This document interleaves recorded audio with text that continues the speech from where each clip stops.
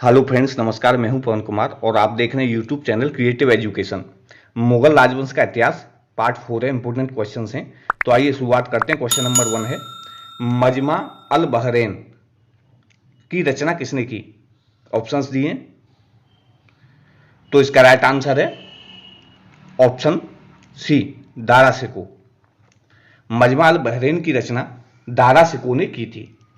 मजमा अल बहरैन का अर्थ होता है दो समुद्रों का संगम। तो राइट आंसर है ऑप्शन सी, दारा शिकोह। अकबर के किस दरबारी विद्वान ने अथर्व का पारसी अनुवाद किया था?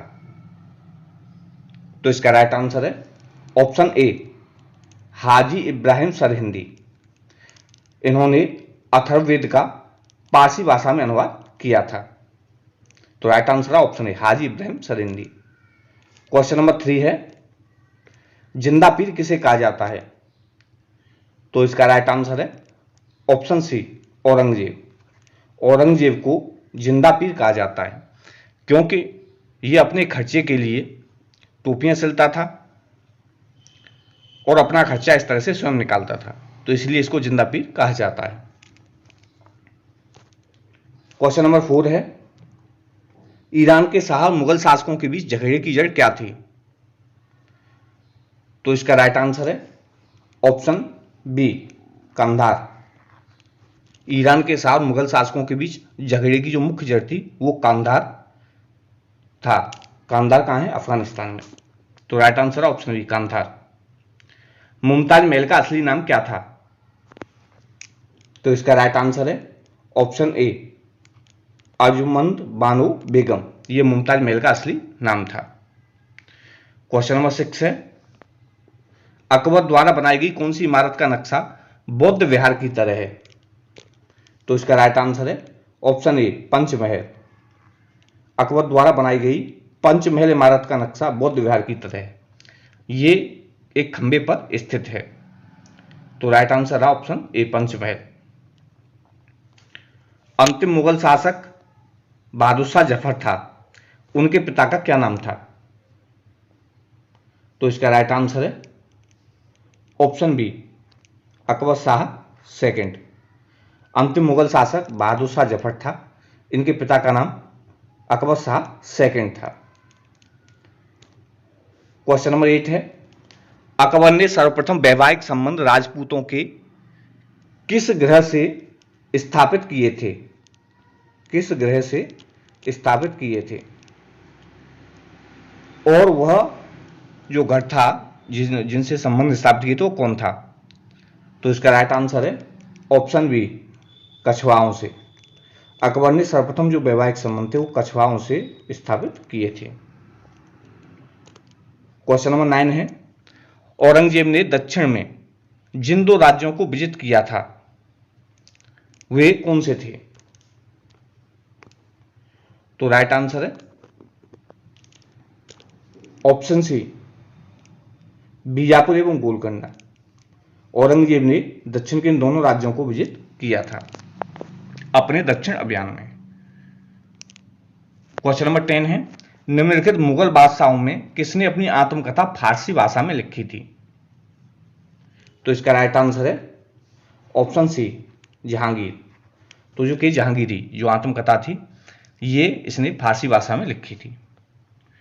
क्वेश्चन नंबर 11 है, मुगलों ने नवरोज या नौरोज का त्योहार किससे लिया था?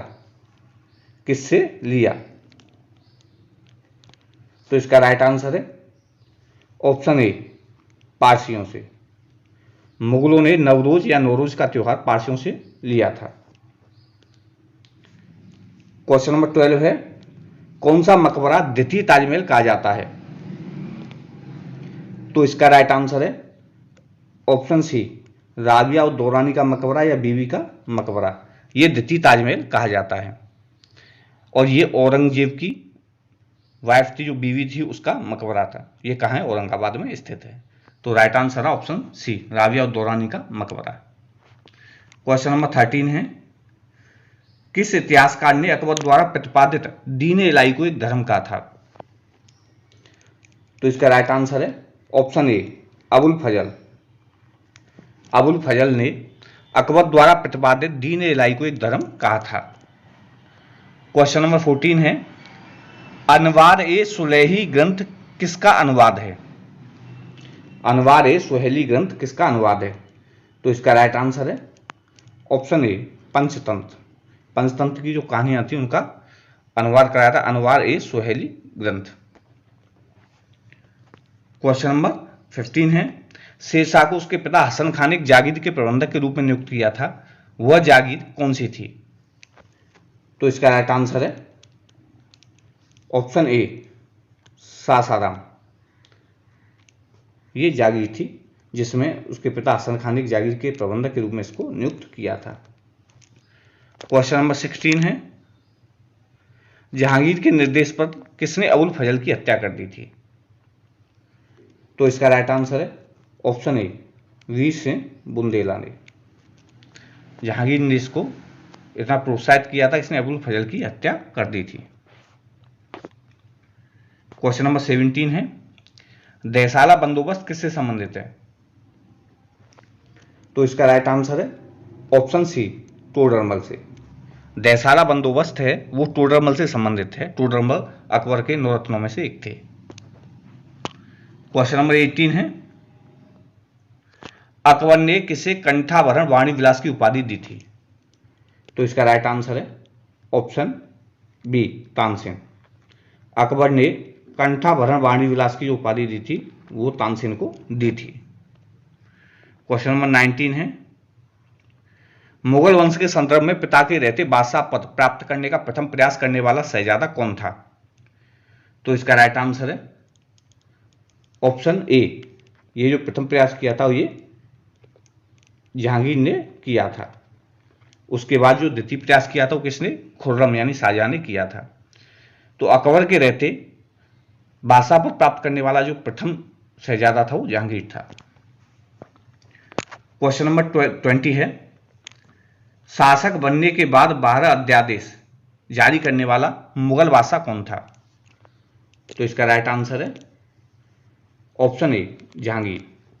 शासक बनने के बाद इसने 12 ऑर्डिनेंसेस जारी किए थे और ये उसने अपने दरबारियों को और प्रजा को खुश करने के लिए जारी किए थे। क्वेश्चन नंबर 21 है, कौन सुमेलित नहीं है? ऑप्शंस दिए, खुसरो का विद्रोह 1606 से 7, पांचवें गुरु अर्जुन देव की हत्या 1706, खुर्रम यानी शाहजहां का विद्रोह 1622 से 1625, महावत खां का विद्रोह 1626 से 27। तो इसका राइट आंसर है ऑप्शन बी, पांचवें गुरु अर्जुन देव की हत्या 1706। ये सुमेलित नहीं है क्योंकि 1707 ईस्वी में औरंगजेब की मृत्यु हुई थी। तो ये जो शासनकाल था 1706 वाला, ये औरंगजेब से संबंधित है, न कि जहांगीर से, जबकि जहांगीर ने अर्जुन देव को मृत्यु दंड दिया था। क्वेश्चन नंबर 22 है, किसके समय में कांधार हमेशा के लिए मुगलों के हाथ से निकल गया? तो इसका राइट आंसर है option A Jahangir.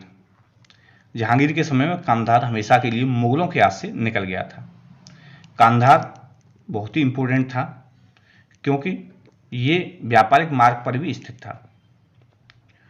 Question number 23 है, सूची फर्स्ट को सूची सेकंड से सुमेलित कीजिए। जहांगीर की पत्नियां जिनको कौन सी उपाधियां या पदनाम से बुलाया जाता था? जैसे मानवाई, जगत गोसाई, मेहरुन्नेसा। तो इनमें जो मानवाई थी इनको शाह बेगम के नाम से बुलाया जाता था, जगत गोसाई को जोधाबाई के नाम से बुलाया जाता था और मेहरुन्नेसा को नूर महल, नूरजहां या पातशाह बेगम के नाम से बुलाया जाता था। तो ऑप्शन हुए इसके ऑप्शन ए फर्स्ट, सेकंड और थर्ड।